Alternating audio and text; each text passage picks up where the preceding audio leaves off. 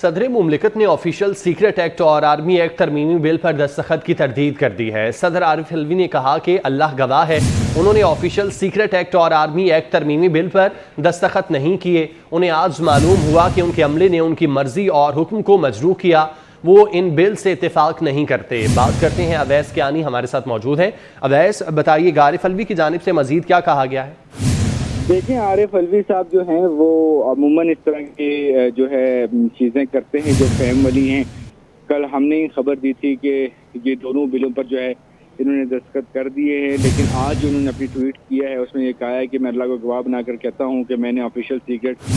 ترمیمی بل 2023 اور Pakistan army ترمیمی act جو ہے بل 2023 پر دستخط نہیں کیے، کیونکہ میں ان قوانین سے متفق نہیں تھا۔ میں نے اپنے عملے میں سے کہا کہ وہ بغیر دستخط شدہ بلوں کو مقررہ وقت کے اندر واپس کر دیں تاکہ انہیں غیر مؤثر بنایا جا سکے۔ میں نے ان سے کئی بار تصدیق کی کہ آیا وہ واپس جا چکے ہیں اور مجھے یقین دلایا گیا کہ وہ جا چکے ہیں، تاہم مجھے آج پتہ چلا کہ میرا عملہ میری مرضی اور حکم کے خلاف گیا۔ اللہ صاحب جانتا ہے، وہ انشاءاللہ معاف کر دے گا، لیکن میں ان لوگوں سے معافی مانگتا ہوں جو اس سے متاثر ہوں گے۔ تو یہ ٹویٹ میں انہوں نے یہ تاثر دینے کی کوشش کی ہے کہ میری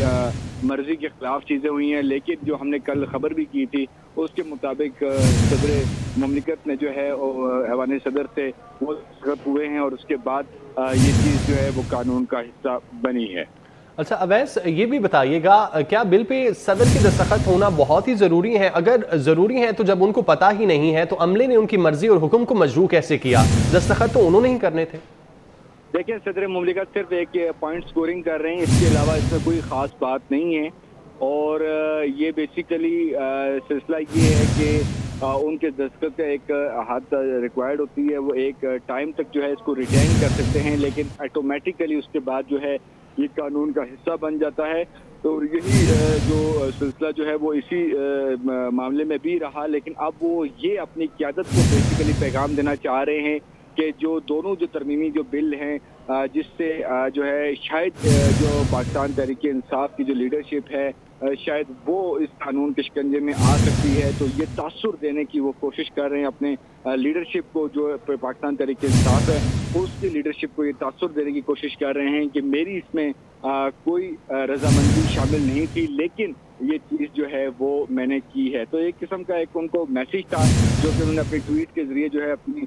پاکستان تحریک انصاف کی جو لیڈرشپ ہے اس کو دینے کی کوشش کی۔ اس کے علاوہ اس میں کوئی خاص بات نہیں ہے، کوئی بڑا ابہام نہیں ہے، اور صدر مملکت کو بھی اچھے طریقے سے پتہ ہے کہ ان کی مرضی کے مطابق یہ چیزیں ہوئی ہیں، اور کل ہی اس پہ کارروائی ہوئی ہے، اور اس کے بعد یہ قانون کی شکل اس نے اختیار کی ہے۔ ان دونوں بلز نے، ٹھیک ہے، جو کہ اہم ترین بلز تھے اور دیکھیں پاکستانی سلامتی کے متعلق یہ بلز تھے، یہ منظور ہونے ہی ہونے تھے، ٹھیک ہے۔ ایوان صدر نے ان کو پہلے روکا، اس کے بعد جو ہے اس پہ دستخط ہوئے اور اس کے بعد واپس پارلیمنٹ کو گئے، اور یہ اب جو ہے قانون کی شکل بن رہے ہیں، لیکن ڈاکٹر علوی نے یہ ٹویٹ کر کے جو ہے اس کو تھوڑا سا متنازع بنانے کی ناممکن کوشش کی۔ اچھا اویس، اب صدر صرف اپنی لیڈرشپ کو یہ سمجھانا چاہ رہے ہیں کہ دستخط انہوں نے نہیں کیے، انہوں نے بل واپس بھیجنے کا کہا لیکن عملے نے واپس نہیں بھیجے تو وہ اپروو ہو گئے؟ جو یہ ٹویٹ بیسیکلی بتا رہے ہیں، جس میں یہ میسج دینا چاہ رہے ہیں کہ میری مرضی کے خلاف عملے نے یہ قدم اٹھایا ہے اور یہ چیز میرے بالکل مرضی کے خلاف ہوئی ہے۔ دیکھیں، ہم پریزیڈنسی کرتے ہیں، ہم وہاں پر جاتے ہیں، وہاں پر تمام جو سٹاف ہوتا ہے وہ پریزیڈنٹ کے ماتحت ہوتا ہے، اور پریزیڈنٹ